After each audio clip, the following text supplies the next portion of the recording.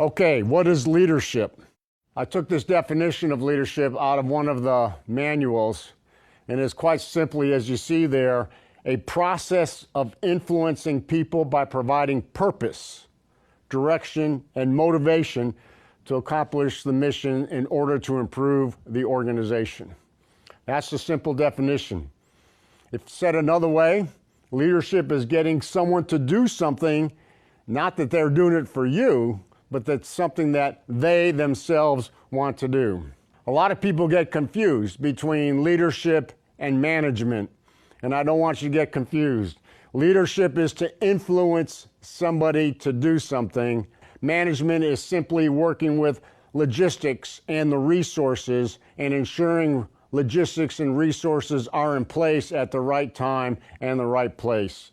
Leaders are also managers, but the thing about leaders that is really great is that they have the ability to influence people to do something because they themselves want to do it. That's our definition of leadership.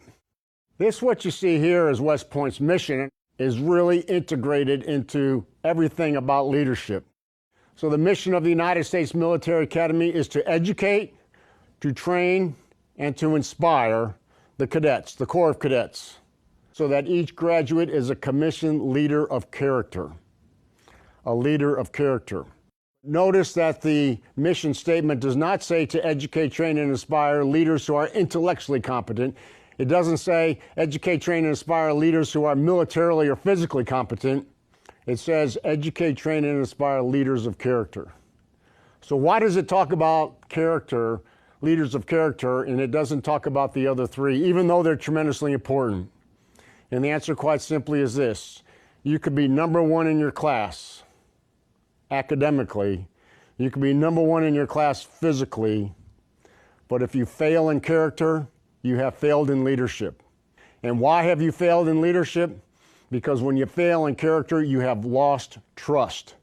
The relationship between character and trust is so interwoven that trust becomes the most effective ingredient in effective leadership.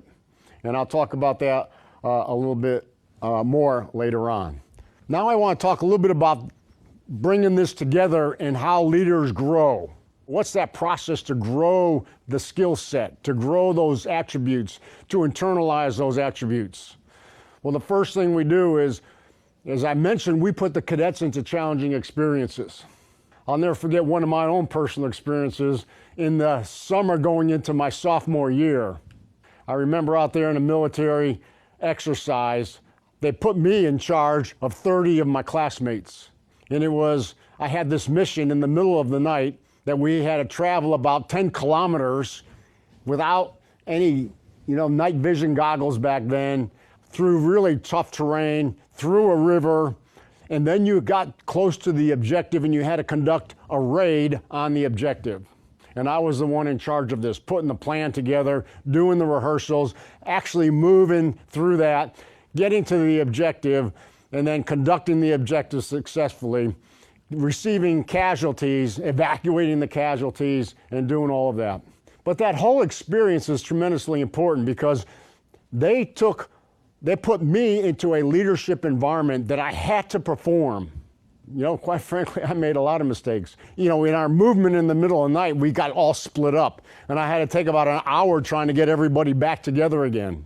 And when we conducted the raid on the objective, I had a couple of my soldiers or my cadets, they were casualties. And you never want your own soldiers to become a casualty, but yet, that's what happened. So when it was all over, we sat down together and had this review with the evaluators saying all the good things we did, all the things that we needed to work on. And I learned a lot through that experience. I learned about growing as a leader. I developed confidence in myself as a leader. And those are the challenging experiences that you see on the top of the box. We put them in that, we support them through that operation, and then we give them feedback on how well they did and what they need to work on, and that's that assessment. On the lower left, it talks about new knowledge and capacities. That's tremendously important because before we did this military raid in the summer, we studied about how to do it in the classroom during the academic year. So that's where we learn new knowledge. So you learn new knowledge in the classroom, and then you go out and apply it in the military program during the summer. And that's how that works. And the lower right block is tremendously important because that's reflection. And reflection says quite simply, who am I? What am I all about? What did I do well? What do I need to work on? And you got some advice from your mentor and through your assessment, but now you have the opportunity to sit there and reflect on what am I doing and how well is it going. And that is the growth model, and you repeat that over and over again through the military program, the academic program, and the physical program. And again, all of it is done in an environment of character. An officer in the United States Army has a series of outcomes. I'm going to show you in detail what those outcomes are, but they really are about 3 areas: that you live honorably, you lead honorably, and you demonstrate excellence. And I will break that down for you. The first outcome is that you will, it's an outcome on character, that you will live honorably and you'll build trust. Trust is such an important element of character because if I'm going to have a relationship with somebody so that I can be an effective leader, that person has to trust me. If I want to work for somebody, my boss has to trust me. And frankly, if I'm going to work for my boss, I've got to be able to trust him or her. So trust becomes an important ingredient in character development. When I was the president of West Point, as the superintendent, we had a military, a physical, and an academic program. We did not have a character program. One of the things that I did as a superintendent was to actually build a character program on how do you define what character is, how do you internalize those values so they become part of your very essence, how do you demonstrate them in leadership positions. And then myself and another friend of mine, Dr. Mike Matthews, one of the civilian professors at West Point, we just wrote this book called The Character Edge. And The Character Edge is all about leadership and the role that character plays in leadership. But you know, character was so important to me because when I was a division commander in charge of 23,000 soldiers in Iraq during the surge about 10 or so years ago, of the 23,000 soldiers, I had responsibility for any misconduct by a senior leader, a senior non-commissioned officer or any officer whatsoever. And I found there was more misconduct than I thought. And I found myself writing letters of reprimand for senior leaders for character issues. And these character issues were a hostile command, inappropriate relationship.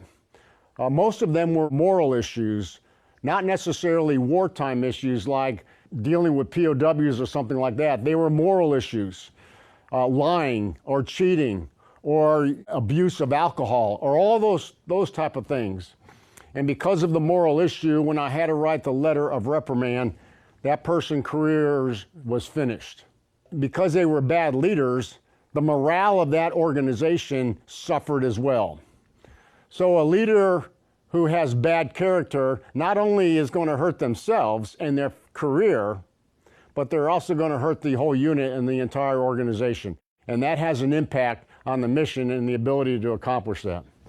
So, character became tremendously important to me. I saw its impact and effect in Iraq. And I brought that back with me when I became the superintendent at West Point. And that's why we developed and wrote the character program. And that's why we wrote the book about the character edge. The next bullet is they have to demonstrate the intellectual and military and physical competence. So you notice intellect, military, physical are the other 3 pillars in the development of our leaders. They have to develop, lead, and inspire. That's what leaders do. They inspire people to do something because they want to do it. Another outcome, very important, they have to think critically and think creatively. So that's not necessarily what to think, it's how to think. They have to make sound and timely decisions. They have to communicate effectively. Why is communication so important? Well, quite simply, if you just think of a crisis, normally the first thing that happens to break down in crisis is the trust and confidence of people because of the crisis that's being created. And when subordinates start losing the trust and confidence, then things begin to unravel. Communication is so important because the more you communicate, the more transparent you are, the more that you keep trust in place. Because people understand what's happening and what's occurring. Not that they agree that it's okay, but they at least understand. And when they understand, because you have communicated to them, then trust is sustained. And trust becomes so tremendously important. And a leader at any particular time, you're going to have adversity. So one of the outcomes that we want to see is that you want to be resilient, that you want to demonstrate a strong and winning spirit. And then the last outcome is that you're going to pursue excellence and grow. Notice, though, I want to make a point here that we develop leaders. Some people think that leaders are born. And just because you're born means that if you're born in that capacity that you're automatically a leader. We don't necessarily think that's correct. We don't say it's wrong either. But we also realize that a leader has to be developed. They have to understand what leadership is. They have to understand what those traits are. They have to have the ability to make those traits part of their very essence. They have to develop the skills of a leadership, and we have to give them the environment and the opportunity for that development. So developing becomes very, very important. And as I told you, we develop leaders, not managers, leaders. Okay, now, let me talk a little bit about leadership development. So what we did is that we put cadets in a leadership position the entire 4 years that they're there. The first year in learning how to be a leader is called the plebe year. And as a plebe, you're not really a leader, you're a follower. But I'm going to make the argument that if you're going to ever be a leader, you first have to learn how to follow. Because quite frankly, even the most senior leaders in the United States Army still work for somebody else. Even the chairman of the Joint Chiefs of Staff, General Dempsey, he still worked for the President of the United States. So the best leaders are also the best followers, and you need to learn how to follow first. So our plebe year at West Point is strictly to teach brand new cadets how to follow.